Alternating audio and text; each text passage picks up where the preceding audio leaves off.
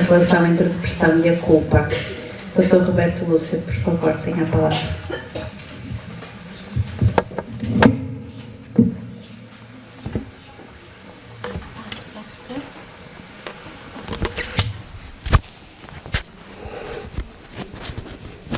Vocês já estão prontos.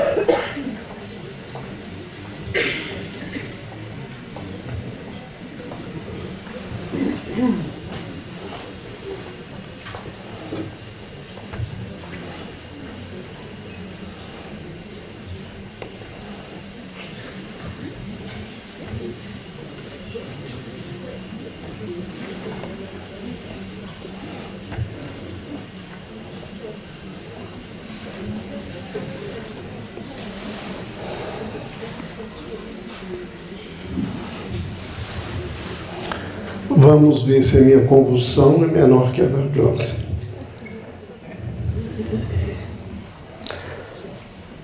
Nós vamos continuar aqui falando desse tema e vamos desenvolvê-lo de uma maneira um pouco diferente. A gente levou em várias ocasiões agora em Portugal o tema depressão, mas a gente vai falar especificamente da questão do adoecimento e da questão da culpa.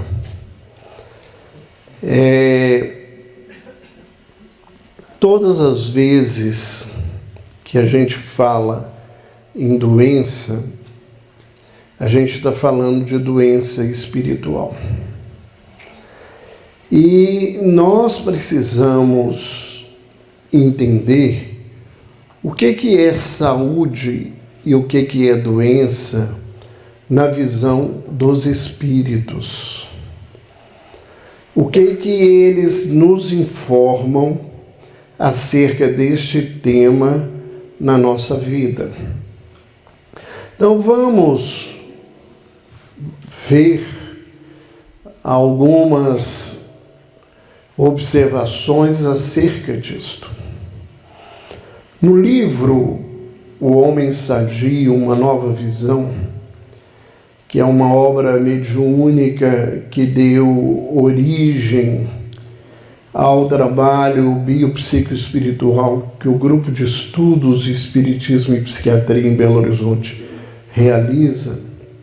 É um grupo que se reúne de profissionais da área de saúde mental que tentam fazer essa conexão há 40 anos. O espírito de Joseph Gleber, ele diz assim: saúde é a real conexão da criatura com seu Criador.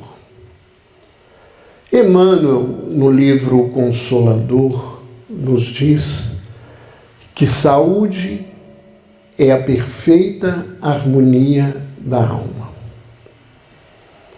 O próprio Emmanuel, em outro momento, vai nos dizer que todos nós somos doentes, internados nas enfermarias da terra, à busca de alta.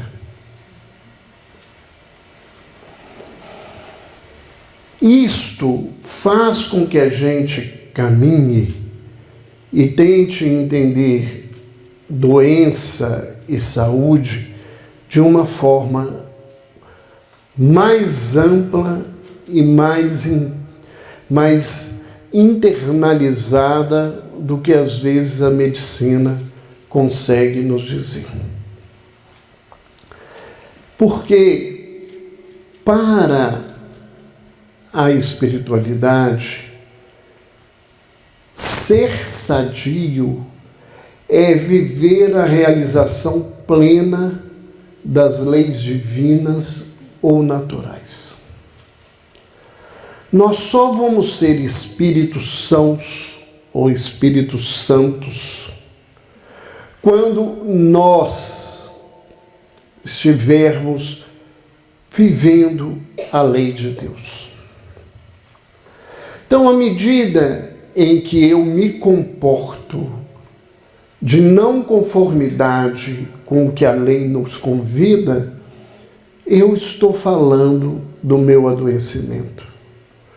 O indivíduo que é hipertenso e que não faz a sua dieta, o indivíduo que teima ficar irascível, reclamando, resmungando, brigando, achando ruim com tudo e com todos, esse indivíduo está doente.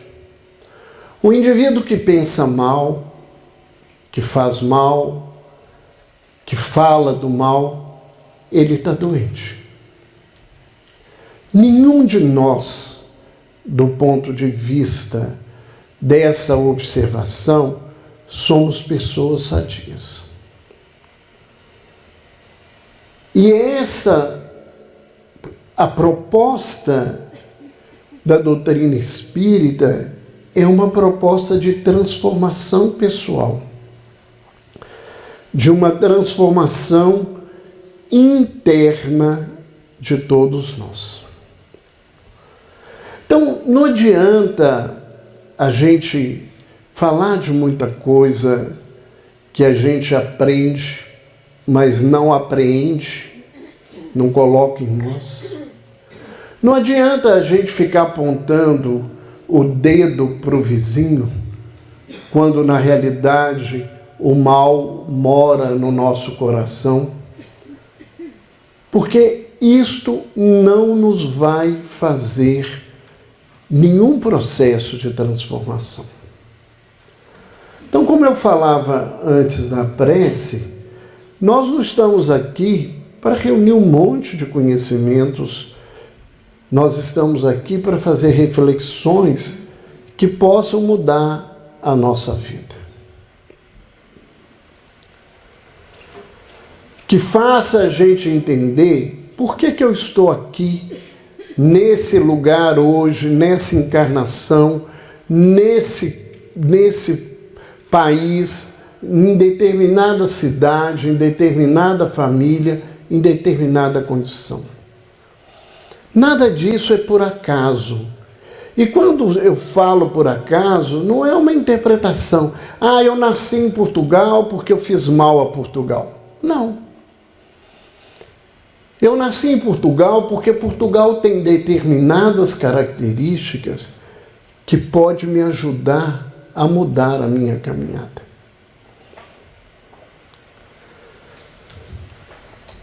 Existe uma coisa, brincando no Brasil, que não existe em Portugal, que chama corrupção. Vocês nunca ouviram falar nisso. Por que nós nascemos em países tão corruptos? Para ver se a gente aprende a não ser corrupto. E a corrupção não é só estatal, a corrupção é do povo.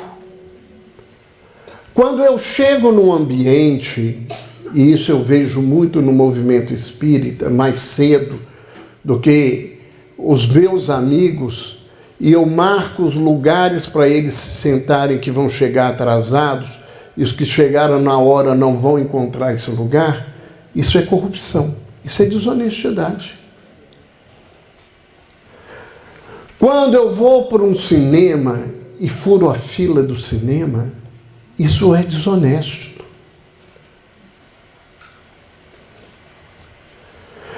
Então, nós temos um governo corrupto porque a corrupção mora na nossa alma. E em vez de estar tocando o dedo para a corrupção do mundo, eu deveria estar olhando para mim e dizer: o que eu estou fazendo diferente para aprender honestidade? Esta é que é a proposta. Este é que é o propósito da vida. Por que eu tive a oportunidade, nessa encarnação, de conhecer o Espiritismo? É porque o cristianismo, na sua caminhada de 2000 anos, não foi suficiente para mim para tocar a minha alma e transformar o meu caminho. Ah, não, é porque o Espiritismo vai tomar toda a Terra. Isso não é realidade. Kardec já dizia que não era, Emmanuel diz isto, aquelas pessoas... O Espiritismo é uma coisinha pequenininha no contexto da Terra. A verdade, ela está espalhada em todo o planeta. Só que nós somos espíritos extremamente renitentes, que precisamos ser tocados de uma maneira, às vezes, muito mais intensa para acordar. Porque somos bons de olhar o mal do outro e não ver o mal que mora dentro de nós. É isto que precisa mudar. É essa a proposta, né, quando a gente vê essa questão da saúde, né? E a saúde, na verdade, ela é um fim, um objetivo. É um ideal que nós precisamos alcançar. Joseph Gleber, nesse texto, ele nos diz, né, que nós temos estados ou estágios de saúde. E quando nós alcançamos um estado melhor, somos despertados intimamente para buscar mais melhoria, e é um processo de crescimento e de amplitude das nossas almas. Então, saúde é algo muito maior do que eu ter uma doença no corpo ou não. O nosso planeta é um planeta doente. Os nossos países são países doentes. As nossas famílias são famílias doentes. Nós, espíritos, somos doentes. Então todo esse contexto está neste lugar. E não adianta eu não observar isso.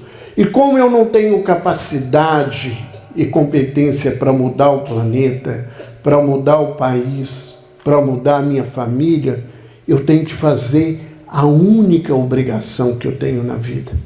É de me mudar. É de cuidar de mim. É de mudar o meu caminho. Porque se cada um de nós cuidasse do seu nariz, a vida seria mais fácil e melhor. A gente é muito bom para querer cuidar do nariz do outro. Para querer cuidar do outro, sabe por quê? Porque quando eu aponto mal para o outro, quando eu me preocupo com o outro falsamente porque eu não me mudo, eu escondo de mim que a maior dor é a minha, que eu sinto agora, e eu preciso mudar a minha contextualização. Eu vejo muitas vezes a gente acreditando, né, mesmo que a gente não queira falar e se expressar, que como espíritas a gente seja melhor, porque a gente tem maior conhecimento. Não vejo isso. Nós não somos melhores que as pessoas. Fazemos os mesmos movimentos complicados. Talvez é no campo religioso onde a gente encontra maior hipocrisia, maior vaidade, maior orgulho das pessoas. É uma tristeza dizer isso. Mas observando o mundo, a gente não pode negar essa contextualização. Então, nós somos convidados a entender aonde que a gente adoeceu. O que aconteceu na nossa vida? E aí vem uma pergunta, né? Se a saúde é a real conexão da criatura com o seu Criador, quando é que eu me desliguei de Deus? Quando é que eu adoeci?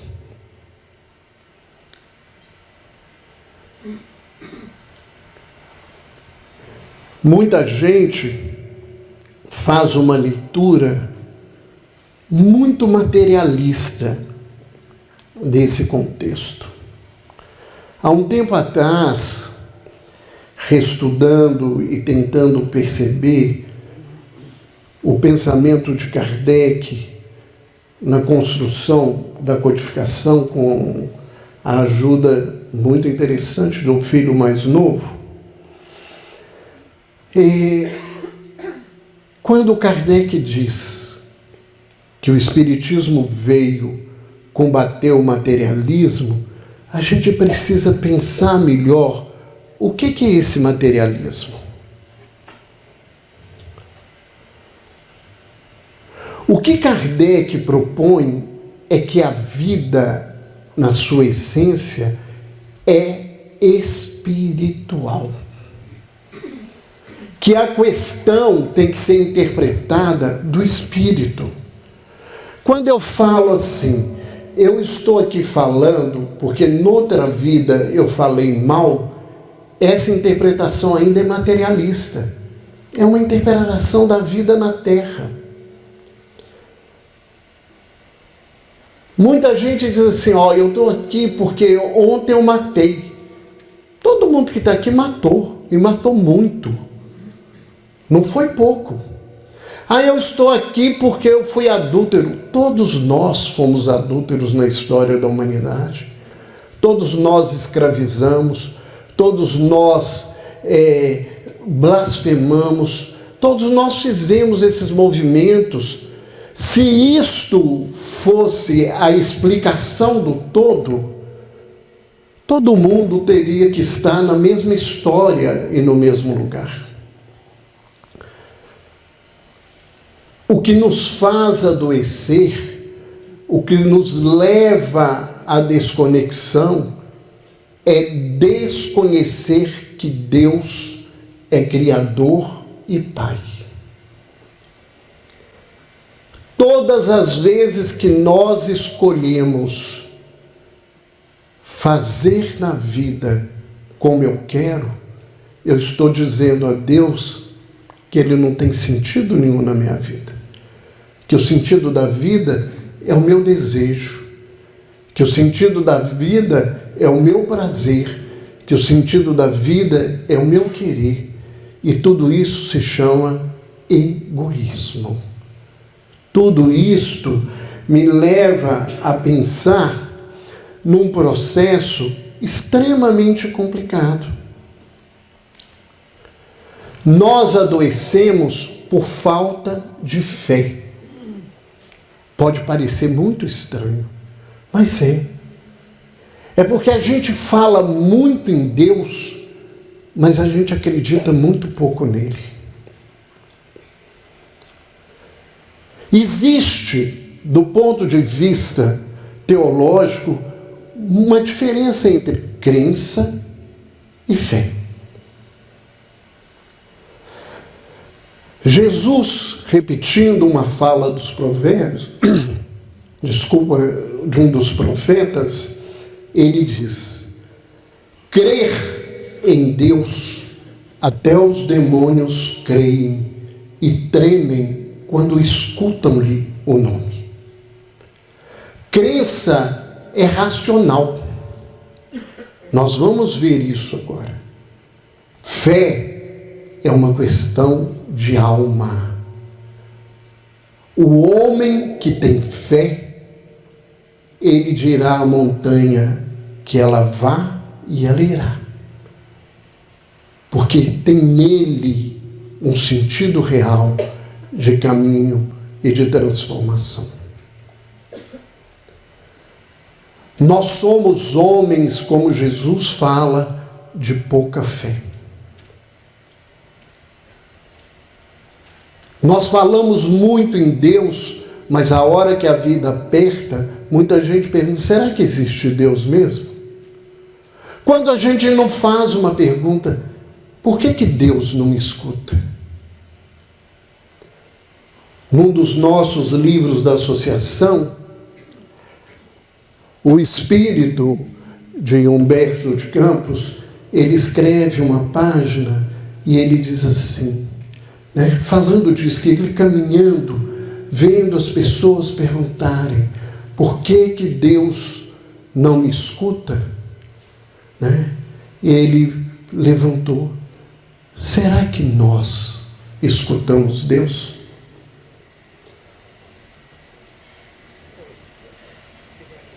Será que o que nós fazemos na vida é o que devemos? Acontece que nós somos almas que escolhemos fazer da nossa maneira. Mas a lei, ela está inscrita na nossa consciência. E mais dia ou menos dia, ela vai despertar. E a hora que ela despertar, ela vai trazer uma palavrinha para a nossa vida, que se chama culpa. Culpa é a consciência de que eu errei. E sentir culpa só tem significado no primeiro momento. Porque o que nós fazemos é ficar repetindo para o mundo que a gente é culpado. Eu ouço muita gente falar assim, eu estou aqui porque eu sou ruim. Isso é redundância da vida. Gente boa não está aqui. A gente está na terra, está encarnado porque a gente é ruim. Aqui não é lugar para a bondade, porque nós estamos num mundo de provas e expiações, onde o que predomina é ainda o mal. Então a culpa, a gente quando vai aprender, a culpa, a primeira coisa que a gente tem na culpa é o contato com a consciência de que nós erramos. E muitos de nós pega a culpa quando a gente toma consciência que errou e faz uma escolha. A gente joga a culpa em alguém. Essa é a grande especialidade da humanidade. Na história da humanidade, a gente arrumou o maior e o mais importante amigo de todos nós, que é o demônio. O demônio, ele é responsável por todos os nossos erros. Ele é responsável porque eu brigo, porque eu mato, porque eu roubo, porque eu fiz isso, porque é o demônio que me fez isso. Acontece que no século XIX apareceu um francês e resolveu reestruturar essa leitura e tirou da vida o demônio através dos ensinamentos dos Espíritos. E aí a gente não deu conta e substituiu. E botou no lugar dele o obsessor. E o povo hoje coloca o obsessor como responsável por tudo isso, para eu não ter que olhar que o problema é meu. Se eu não tenho problemas com a bebida, se eu não tenho nada com a bebida, nenhum espírito vai me fazer beber. Se eu for uma pessoa honesta, nenhum espírito vai me fazer roubar. Todo o processo, Joseph Gleber fala isso para a gente no livro que a gente citou, todo processo obsessivo não é causa de nada, é efeito de um processo auto-obsessivo. Eu é que carrego dentro de mim o problema. Os espíritos sintonizam comigo naquilo que eu tenho de dificuldade ou não. Então também não adianta eu tomar consciência se eu não fizer um movimento. E nesse contexto, eu tenho que constatar em mim esse erro. Assumir que eu tenho as minhas dificuldades. E isso não é fácil. Assumir que eu sou orgulhoso, que eu sou vaidoso, que eu sou egoísta. Ah, mas eu não sou, eu sou espírita. E o que tem diferente um espírita dos outros? O que tem diferença dizer que eu sou um religioso? Todas as vezes que a gente quer que o mundo faça como eu quero, eu estou falando de orgulho. Todas as vezes que eu quero que o mundo me aplauda em tudo o que eu faço, eu estou falando de vaidade. Todas as vezes que o meu querer e o meu prazer está diante de qualquer coisa, eu estou falando de egoísmo.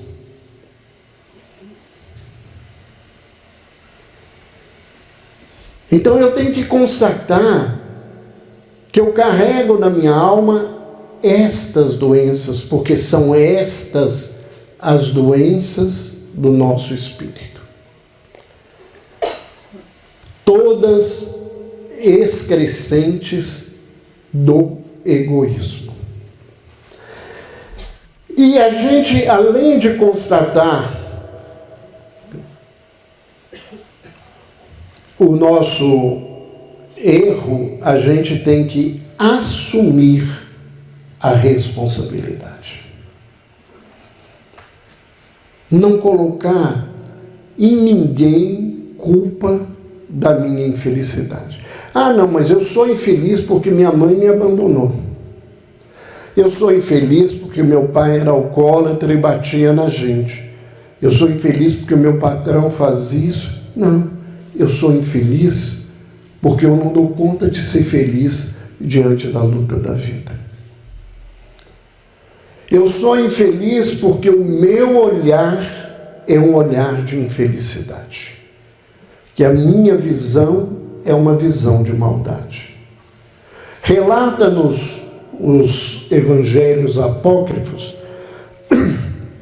que Jesus estava andando com seus discípulos, né, e passaram por um animal, um cachorro, que estava em decomposição.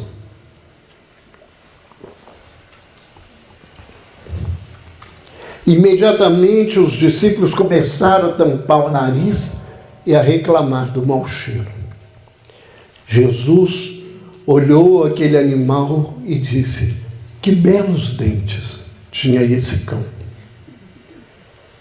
A vida vai ser o olhar que eu tenho. E o meu olhar carrega o que eu tenho dentro de mim. Se eu vejo maldade no mundo, é porque a maldade continua a morar dentro do meu coração.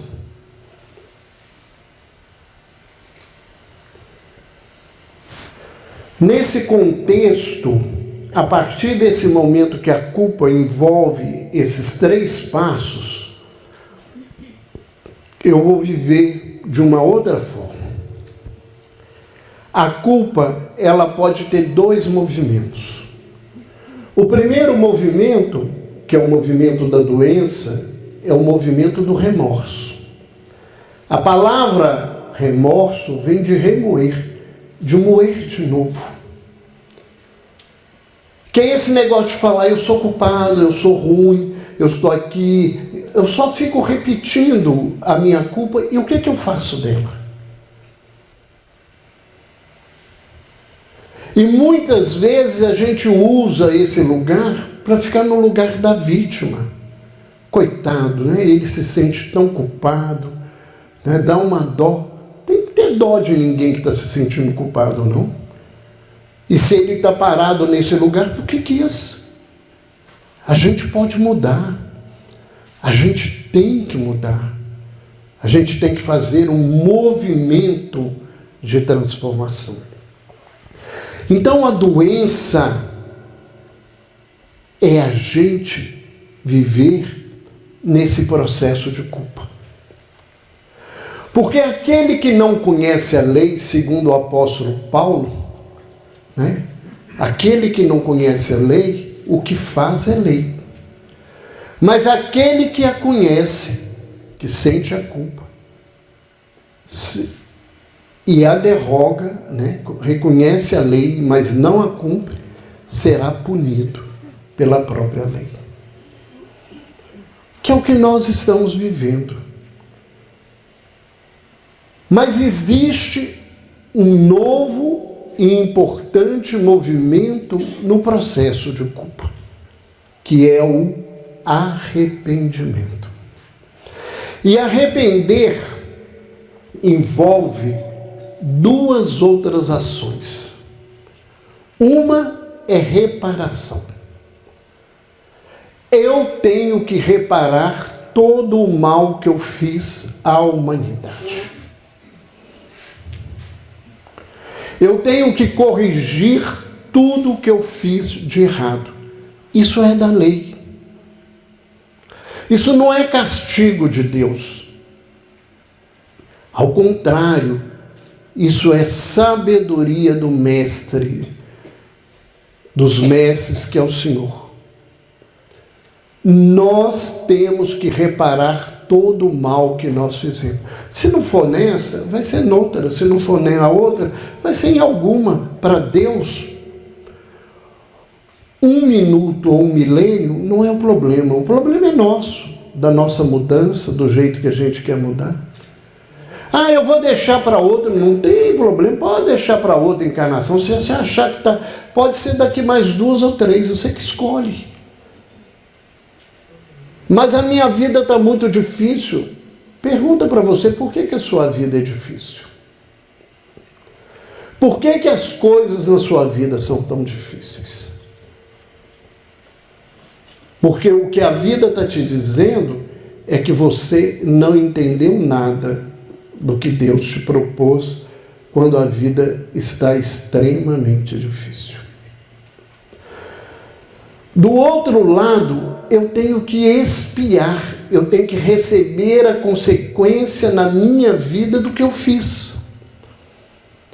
Então, o indivíduo que bebe em excesso, que come em excesso, ele vai receber em algum momento da caminhada dele o resultado do excesso. Se eu sou uma pessoa mal-humorada, a vida vai me dar o resultado do meu mau humor.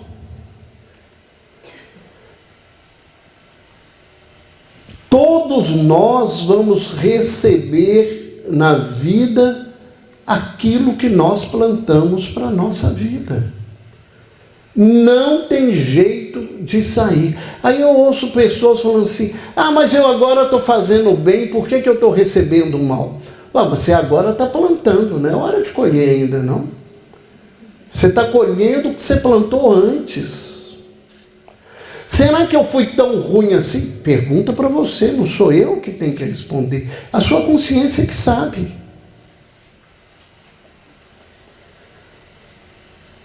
Não é a proposta divina que a gente fique condenando as pessoas. A condenação, a transformação é nossa. E esse processo, ele nos leva ao seguinte. Desculpa o slide agora que eu vi, estava corrigindo, eu não vi, ele está bem pequeno, mas eu vou ler para vocês. A gente só sente culpa quando a gente tem algumas questões na vida. Primeiro, a gente tem que ter razão, raciocínio, livre-arbítrio, porque se eu não tivesse livre-arbítrio, o que eu estou fazendo é sob ordem divina. Eu tenho que ter conhecimento, só quem conhece é que pode escolher. e eu tenho que ter capacidade de ter exercício da vontade. Então ninguém vem dizer que errou por culpa da ignorância. A gente erra por culpa do conhecimento. Nós estamos num processo de reparação porque a gente escolheu entre a lei divina e o meu desejo. Agora você tem que acertar o caminho. Nesse contexto, né, é nessa condição que eu desrespeito a lei. E quando eu desrespeito a lei, né, eu me afasto do amor de Deus. Não é Deus que deixa de me amar. Sou eu que me afasto do amor de Deus. E o que alimenta o homem é o amor de Deus. O que alimenta o espírito é o amor de Deus, que dá a vida. Quando eu desrespeito a lei, eu me desconecto de Deus. Então eu passo a não me alimentar mais dessa energia. E aí, uma hora, a minha inteligência vai me mostrar a culpa do que eu fiz. E de outro lado, eu vou desvitalizar o meu corpo espiritual. À medida em que eu não tenho o amor de Deus na minha vida, o meu corpo vai perdendo a vitalidade. Da mesma forma que se eu ficar o tempo todo longe do sol, eu vou adoecer até morrer, porque nós precisamos da vitalidade que vem dele para se manter na vida. Então, o adoecimento é, na realidade, a presença da culpa com a desvitalização do corpo espiritual. Esse adoecimento, ele provoca em nós uma coisa que se chama marca moral. Que o mito judaico-cristão chama de pecado original. Nós temos em nós uma marca por nos termos desligados do amor de Deus. Cada um de nós carrega em si uma marca peculiar e única que fala desse seu adoecimento.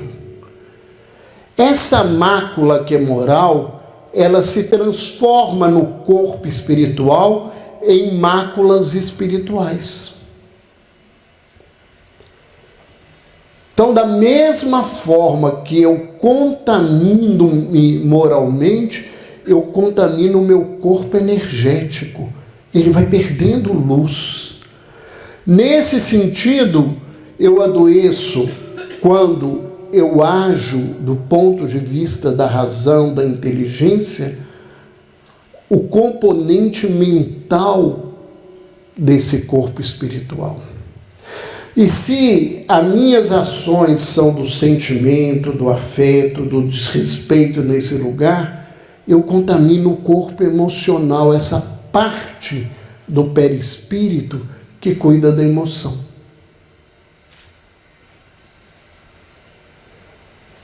Este é o nosso processo. É como que nós fomos fazendo para chegar onde nós estamos.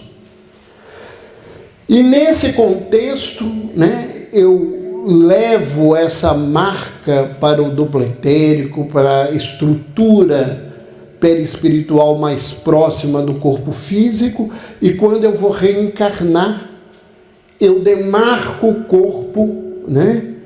E aí eu vou ter uma ressonância física que vai estar demarcada em algum órgão, em alguma estrutura ou num conjunto de estruturas do meu corpo.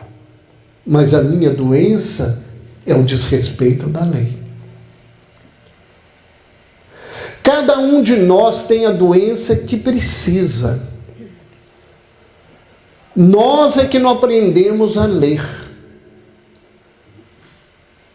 Os amigos espirituais nos falam que nós temos o hábito no nosso atrevimento, no nossa vaidade, no nosso orgulho, de cobrar de Deus e perguntar: por que eu estou doente? Que o gesto do espírito sábio e humilde é de perguntar: para que eu estou doente? O que a minha doença quer me ensinar? O que a minha vida quer me ensinar em qualquer aspecto da minha situação? Né? O que a vida quer me ensinar quando eu nasço numa sociedade machista, marcante, filho de uma prostituta? O que a vida quer que eu aprenda? O que a vida quer me ensinar quando eu nasço com uma deformação física que as pessoas, quando chegam a mim, se assustam, têm alguma reação de desconforto? O que a vida quer que eu aprenda? O que a vida quer me ensinar quando eu tenho um pai alcoólatra, um marido alcoólatra, um filho alcoólatra?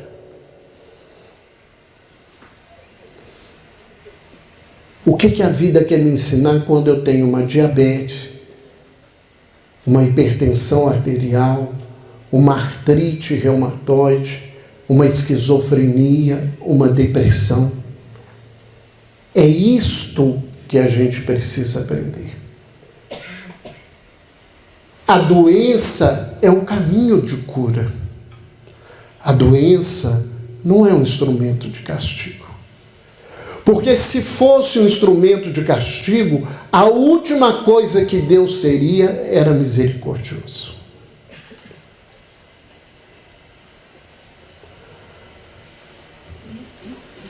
No livro O Homem Sadio, os Espíritos dizem que a misericórdia é a coloração ímpar do amor de Deus, que diferencia o amor dos homens do amor divino.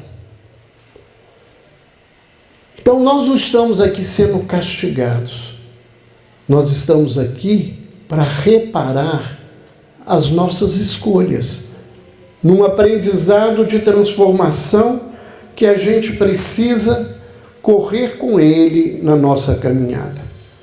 Então a gente precisa ter consciência que está doente.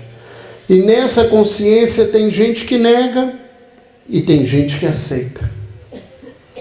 Os que negam são demarcados por uma frase muito marcante: é alívio de sintoma.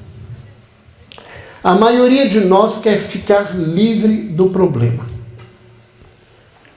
Então eu vou ao médico, eu tenho um problema sério, eu tomo um remédio que melhora a dor, mas não tratou a coisa. Mas melhorou a dor, eu paro de tratar, não volto, porque eu só queria ficar livre da dor. Quantas vezes é assim? E lá na frente a gente vai enfrentar uma situação mais complicada. O indivíduo vai à casa espírita porque a dor está muito grande. O dia que a obsessão alivia, que as coisas aliviam, ele não volta mais. Ele só foi ali para ficar aliviado. Ele não foi ali para tratar.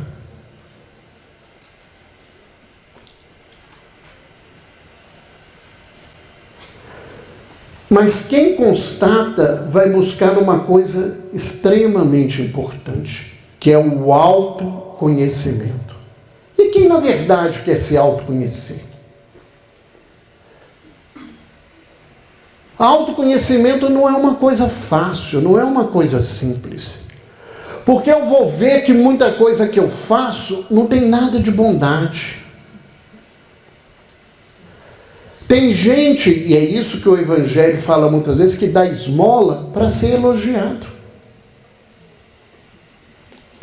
Muitos de nós estamos na direção do movimento religioso por orgulho, porque nós gostamos de mandar, de ter poder, e aí é o meu centro espírita, é a minha reunião, é o meu médium, é o meu trabalho, é o meu jeito.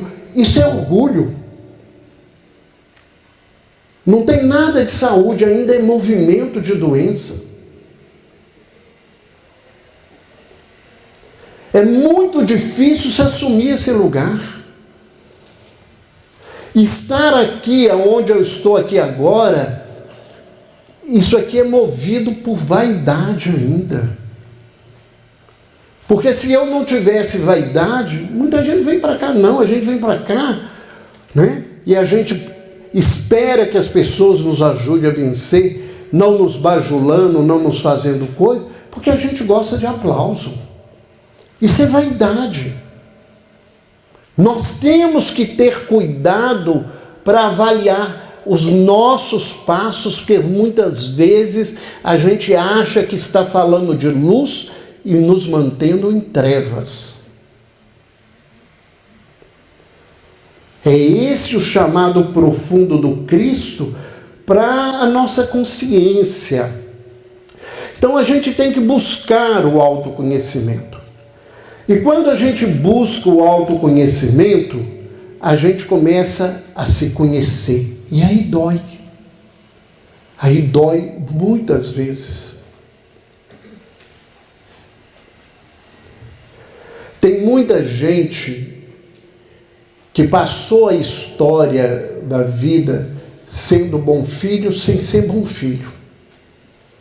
Ele fez uma especialidade muito boa de ser denunciador dos erros dos irmãos.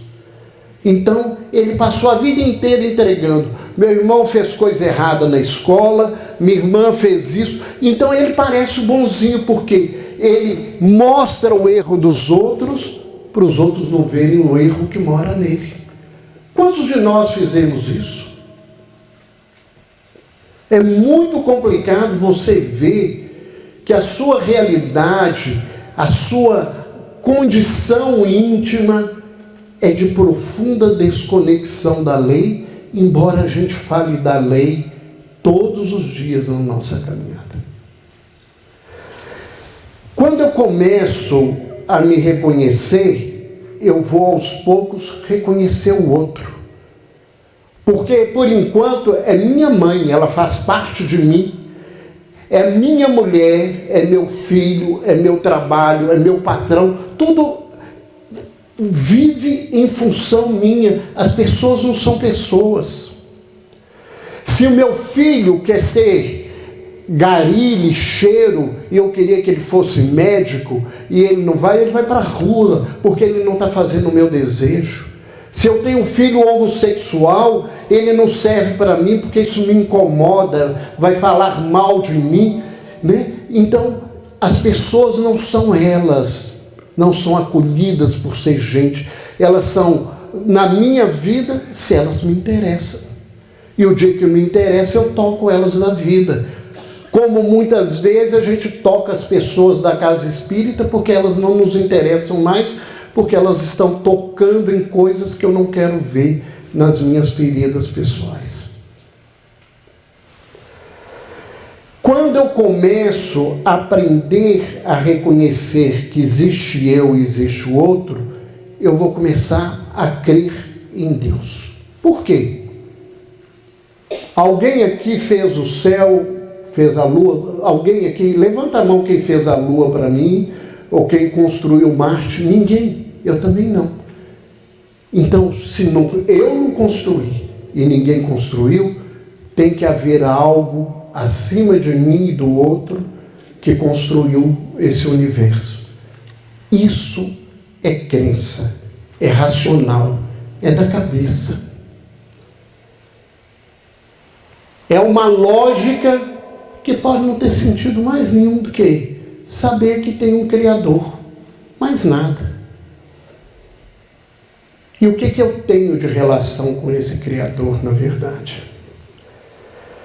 Quando eu passo a me reconhecer, eu vou aprender humildade. Humildade vem de humus, de esterco. Reconhecer que, embora eu seja impuro, sujo, eu sou importante na história do universo. Porque o humus, ele alimenta a planta que dá o fruto e que dá o flor. Nesse processo, é só quem é humilde, que se reconhece pequeno, que vai buscar arrependimento. Quem conhece os 12 passos do AA sabe disso. O primeiro passo é reconhecer que eu sou a menor das criaturas e que existe um ser, um ente superior, alguma coisa superior, e que eu preciso dele na minha caminhada.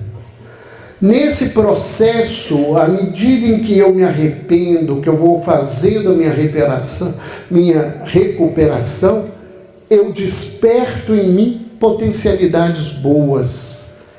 Nesse despertamento, eu passo a aceitar Deus, porque eu só vou começar a ter fé em Deus quando o bem começar a morar em mim.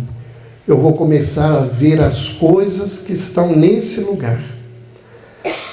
Nesse contexto, quem acredita e tem fé, vive a lei.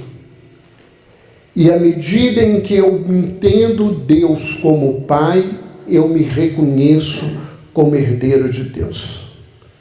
E aí a situação fica assim. Igual se escreve lá no Brasil, às vezes atrás do carro.